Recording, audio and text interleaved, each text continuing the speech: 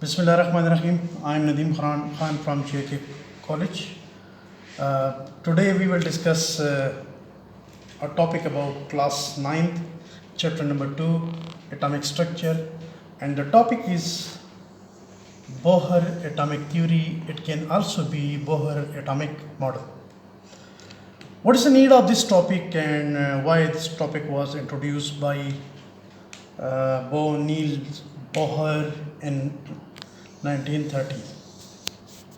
You know that in our previous video we have discussed the defects in Rutherford atomic model. Rutherford presented a planetary model which was unable to explain the stability of atom, where the electrons are present, what they are doing. He just said that electrons are present around the nucleus, but how they are arranged, what they are doing, what is its arrangement. So this wasn't explained by the Rutherford. So Niels Bohr actually explained the defects in Rutherford atomic model by using the quantum theory of radiation introduced by Max Planck. So actually the Bohr atomic model has a few postulates, or you can say points. And the first point is about where the electrons are. Rutherford just said that electrons are present around the nucleus, but how they arrange, what they are doing, this wasn't explained by the Rutherford. So Niels Bohr pointed out that, let's say this is a nucleus of an atom, and this is a closed circular path.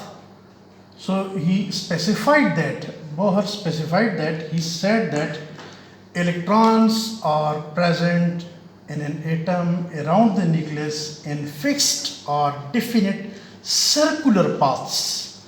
These circular paths are called orbits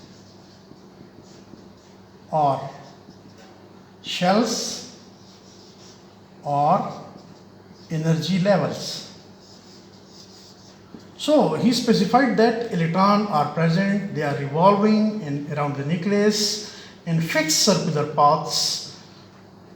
And similarly, he also explained in his first point that when electron revolves around the nucleus, it neither emits nor absorbs energy.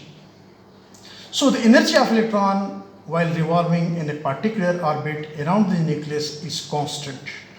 It never releases energy or absorbs energy, but its energy is constant until and unless this electron revolves in a particular orbit.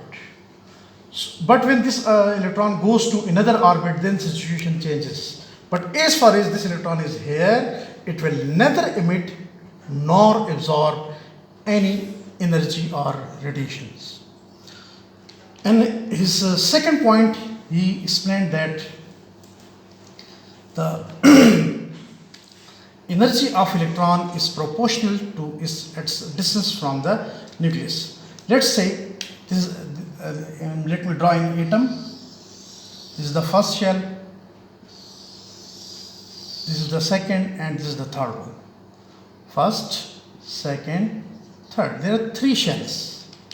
If an electron is present here, its energy will be less because it is closer to the nucleus.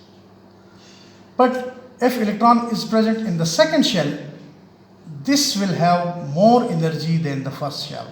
So electron in second shell has larger distance from the nucleus, so its energy will be greater. And similarly, if the electron is present in the third shell, it will have the highest energy as compared to these two. So greater is the distance from the nucleus, more energy it will have. Let me explain it with an example. For example, a student standing here on ground is very happy. This is the ground. If we have a stone here, small stone, if we allow to fall this stone from this distance, and it falls over the head of the students.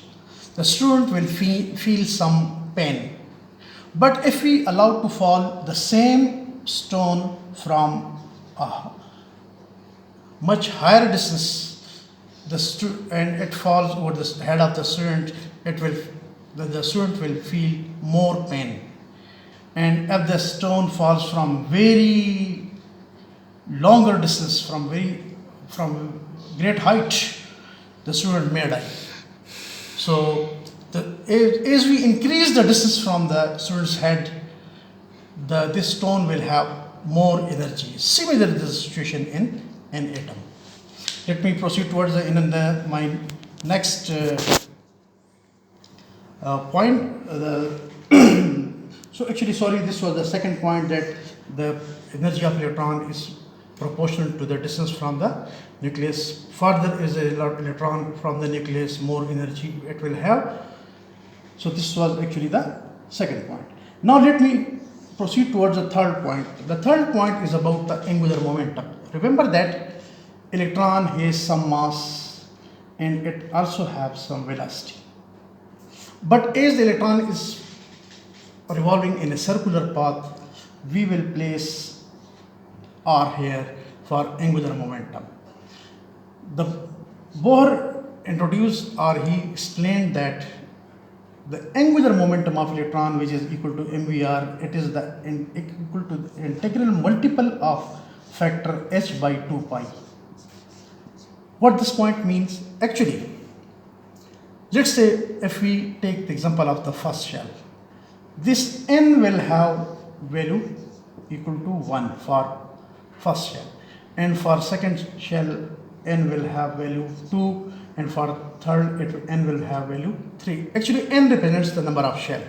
H is the Planck's constant. Its value is 6.62 into 10 to the power minus 34 joule into second, and this value usually it comes you can have this value as a MCQs, that what is the value of the Planck's constant. 2 pi actually shows the circular nature of the orbit. M is the mass of electron, V is the velocity of electron, R is the radius of an orbit. So electron can only revolve in those orbits for which n is equal to 1 or 2 or 3 or any other integral number, never in fraction. For example, if n is equal to 1 by 2 or 3 by 4, so these values are not permissible. Electron will never be found in those orbits for which n will have values in fractions. Electron is only found in those orbits for which the value of n is an integer, for example 1, 2 or 3. So this was something about the angular momentum of electron. Now let me explain that when an atom will absorb or release energy. Let's say this is the nucleus, and this is the first shell, and this is the second shell. If electron is revolving here, if we give energy to this electron in form of light, in form of fire, in form of heat, in form of radiations, in form of high voltage, if we give energy to this electron will jump to higher orbit and it will absorb energy. This means when an electron absorbs energy, it will jump to higher orbit.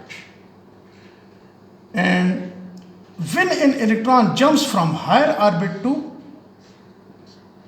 lower orbit, it will release energy in form of light or radiations.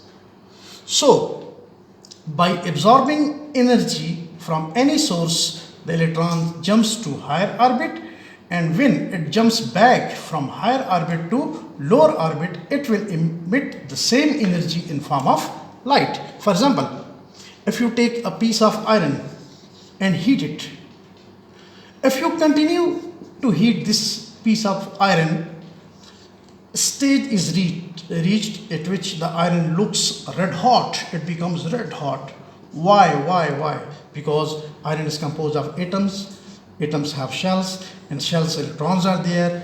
When the energy is given to this small piece of iron, the electron jumps from the inner orbit to outer orbit, and when they come back, they emit energy in form of light, which is the red light. That's why this iron piece looks red hot. It becomes red in color, red hot, whatever we call it. So this was actually the fourth point. So when an electron absorbs energy from it, it jumps from lower to higher orbit, and when it jumps back from higher to lower orbit, it will emit the same energy in form of light. The fifth and the last point of this topic is that, let's say this lower orbit has energy E1 and the higher orbit has energy E2. Which one is greater? E2. Which one is smaller? E1. So we always subtract smaller from greater. So the difference of these two energy levels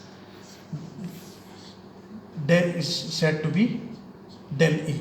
So the energy of the light emitted between the two, when electron jumps between the two levels, is shown by the del E, and this del E is equal to the difference of energy between the two orbits, E2 minus E1. So this was something about the Bohr atomic model. He excellently explained that while revolving in an atom, electron can neither lose nor absorb energy. So when it absorbs energy, it will jump to higher orbit. So and by coming back from the higher orbit to lower orbit, it can release energy. So he explained all the defects which were present in Rutherford atomic model. But there were also some defects associated with the Bohr atomic model, which you will study in your first year class, 11th class. I thank you all.